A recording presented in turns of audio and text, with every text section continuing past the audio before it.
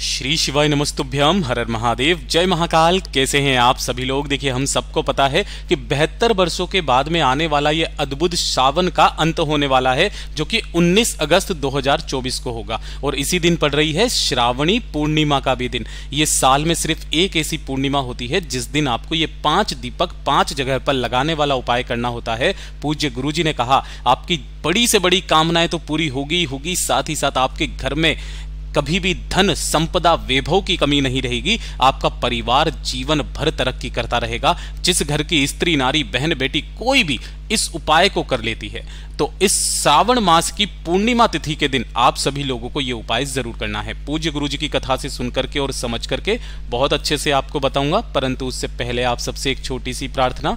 जो लोग पहली बार आए हैं, चैनल को सब्सक्राइब जरूर कीजिएगा। वीडियो को लाइक करके देव आदिदेव महादेव का कोई सा भी प्यारा नाम कमेंट बॉक्स में लिखना मत भूलिएगा। इस पूरे वीडियो में हम 3 महा उपायों के बारे में बात करेंगे, जो कि आपकी अलग अलग कामना पूर्ति के लिए सिद्ध होंगे। तो ध्यान से सुनना, समझने की कोशिश करना। पहला वाला जो उपाय होगा वो आपको 5 दीपक वाला उपाय करना है। देखिए, पूज्य गुरुजी ने कहा कि ये जो श्रावण मास की पूर्णिमा होती है, श्रावणी पूर्णिमा, इस पूर्णिमा का एक विशेष महत्व होता है, जो आपके जीवन के सारे अंधकार को दूर कर देती है, आपकी बड़ी से बड़ी कामनाओं को पूरा करती है। पूज्य गुरुजी ने कहा कि अगर आपके परिवार में खुशियां नहीं है, लड़ाई झगड़े क्लेश बहुत ज्यादा हो रहे हैं, किसी की तरक्की नहीं हो रही है, घर में कोई मंगल कार्य नहीं हो रहा, कुछ भी अच्छा नहीं चल रहा है, घर के दुख खत्म होने का नाम नहीं ले रहे, तो इस श्रावणी पूर्णिमा के दिन आपको 5 दीपक तैयार करने। कितने दीपक? 5 दीपक आपको तैयार करने। अब 5 दीपक चाहे कैसे भी हो, जरूरी नहीं है कि एकदम नए के नए दीपक लो। आपके घर में जो दीपक रखे हुए हों वो 5 दीपक लेना मिट्टी के, ठीक है। सभी के अंदर आपको लगानी है गोल बाती। बस इस चीज का क्रम का ध्यान रखना, और सबके अंदर घी के दीपक लगेंगे, इस चीज का ध्यान रखना। ये जो 5 दीपक आप तैयार करोगे, इस चीज का ध्यान रखना है कि ये वाले जो दीपक हैं आपको श्रावणी पूर्णिमा के दिन शाम के समय पर, कब? शाम के समय, जब सूरज ढल जाए उसके बाद में आपको यह काम करना है अपने ही घर पर। ध्यान से सुनिएगा, 5 दीपक आपको 5 जगह पर लगाना है, महादेव जी के नामों का स्मरण करते हुए। पहला जो दीपक होगा वो आपको अपने घर की जो मेन चौखट है, मतलब मेन दरवाजा है, उस दरवाजे पर जब आप अंदर की तरफ जाते हो, है ना, बाहर, जैसे कि आप घर के बाहर खड़े हुए हो, अंदर की तरफ जब आप जाओगे तो आपका दाहिना हाथ ये वाला पड़ता है। इस साइड में आपको पहला दीपक यहां पर प्रज्वलित करना है। दूसरा दीपक आपको जाना है सीधा शिवालय में, शिवलिंग के पास। तो शिवलिंग के पास में नहीं, शिवालय है, उसकी चौखट जो होती है, जैसे मैं आपको बता रहा हूं, ये वाला जो गेट है, ये जो चौखट हो गई, इस चौखट पर दाहिनी ओर आपको दूसरा दीपक यहां पर लगाना है। तीसरे नंबर का जो दीपक होगा आपको किसी भी बेलपत्र पेड़ के नीचे लगाना है, उसकी जड़ों के पास में। गुरुदेव ने कहा अगर आपके घर में किसी गमले में लगा हुआ है, छोटे से छोटा पौधा ही क्यों ना हो, वहां पर आपको तीसरा दीपक लगा देना है। चौथा दीपक आपको लगाना होगा किसी भी आंवले के पेड़ के नीचे।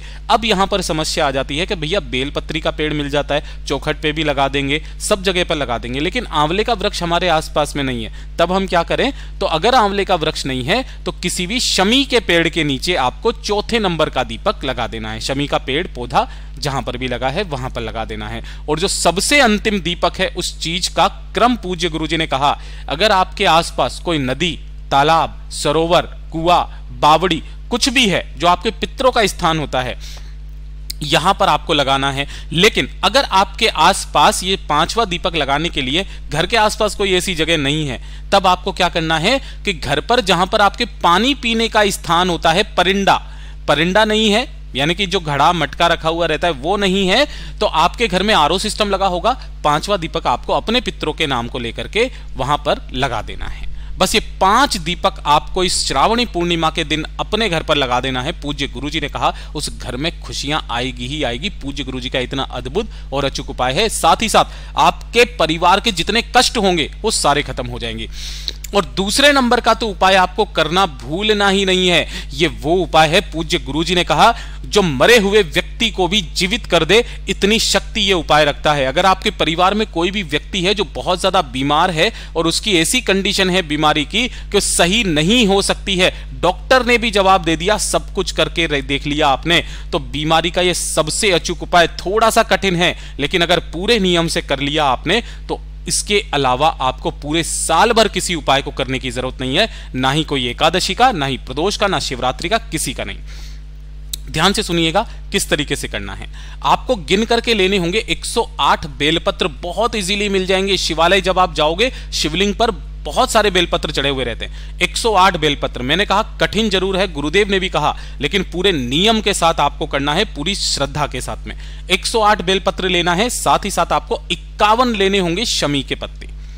कहां से तोड़ोगे? यहां से तोड़ोगे, पूरा गोले में बनाया, ये एक शमी का पत्ता है, ऐसे आपको 51 शमी के पत्ते लेने हैं। साथ ही साथ आपको लेने होंगे कमल के फूल। कितने? 7 कमल के फूल, ठीक है। और एक चुटकी लेनी है आपको हल्दी, है ना, ये जो एक चुटकी पिसी हुई हल्दी आपको लेनी है। इन सभी सामग्रियों के साथ ही आपको लेने होंगे 2 पात्र जल के, है ना, ध्यान से सुनिएगा, 2 पात्र आपको जल के लेने, इसके अंदर कुछ भी नहीं डालना। इन सभी को लेकर के आपको भोले बाबा के मंदिर में जाना है, शिवलिंग के पास। अब यहां पर भी उपाय करने का एक नियम है।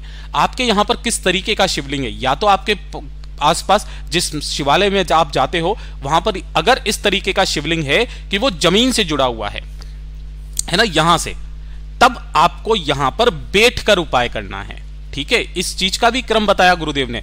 और अगर आपके यहां पर इस तरीके का शिवलिंग है ना, जहां पर वो नीचे जमीन से जुड़ा हुआ नहीं है, मतलब ऊपर से इस तरीके से रख दिया जाता है ना, नर्मदेश्वर महादेव जो उसमें से निकलता है, तो ये वाला जब शिवलिंग अगर आपके आसपास में है या जिस शिवालय में आप जाओगे उपाय करने वहां है, तब आपको यहां पर खड़े होकर उपाय करना है। बस इस नियम का जरूर ध्यान रखना, ठीक है। जैसे ही आप यहां पर पहुंचोगे, अब उपाय करने का नियम लीजिए, जो पूजा पाठ अर्चना आपको पहले करना है वो कर लेना। जो आपने 3 चीजें ली है, ठीक है। सबसे पहले जो समर्पित होगा वो होगा कमल के फूल, है ना, मैं पहले नियम बता देता हूं, कमल के फूल। दूसरे नंबर पर जो समर्पित है वो होगा शमी के पत्ते, क्या होंगे? शमी के पत्ते। और तीसरे नंबर पर समर्पित होगा बेलपत्र। जो आपने 3 फूल लिए हैं कमल के, है ना, सॉरी 7 फूल, उन 7 फूलों के ऊपर एक चुटकी हल्दी आपको डाल करके उत्तर दिशा की तरफ मुख करके अपना नाम और गोत्र बोलकर शिवलिंग के ठीक ऊपर सबसे पहले आपको कमल के फूल समर्पित करने हैं। उसके बाद में आपने जो 51 शमी के पत्ते लिए हैं, उन 51 शमी के पत्तों को आपको शिवलिंग से स्पर्श करा करके यहीं शिवलिंग के एक हिस्से पर आपको रख देना है, अपनी बीमारियों को दूर करने की कामना करते हुए। और उसके बाद 108 बेलपत्र आपको शिवलिंग पर इस स्थान पर समर्पित करके नीचे जलाधारी पर कहीं पर भी रख देना है। तीनों को समर्पित करने के पश्चात दोनों हाथों में एक एक कलश लोटा जल का लेना है और दोनों ही कलश से आपको एक साथ श्री शिवाय नमस्तुभ्यम का स्मरण करते हुए शिवलिंग पर जल समर्पित करना है।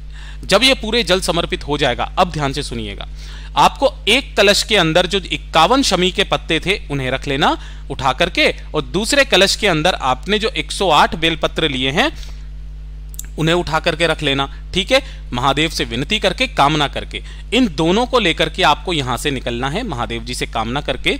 जो आपने यहां पर 51 शमी के पत्ते वाला लोटा लिया है, इसके अंदर जल भरकर इसे आपको किसी भी बेल पत्र पेड़ के नीचे समर्पित कर देना है। और जो 108 बेल पत्र वाले जो आपने लोटा लिया है, इसे आपको घर पर लेकर के आना है। अब नियम ध्यान से सुनिएगा, जिस दिन आपने ये उपाय किया है उसी दिन आपको एक बेलपत्र तो रात्रि को खा लेना है, और उसके बाद हर 3 से 4, 4 से 5 घंटे में आपको एक एक बेलपत्र चबा चबा करके खाते रहना है। पूज्य गुरुजी ने कहा 108 बेलपत्र जैसे ही खत्म होंगे, आपके शरीर की समस्त बीमारियां खत्म होगी, बड़े से बड़े रोग खत्म हो जाएंगे। पूज्य गुरुजी का बहुत अद्भुत और अचूक उपाय है, जरूर कीजिएगा।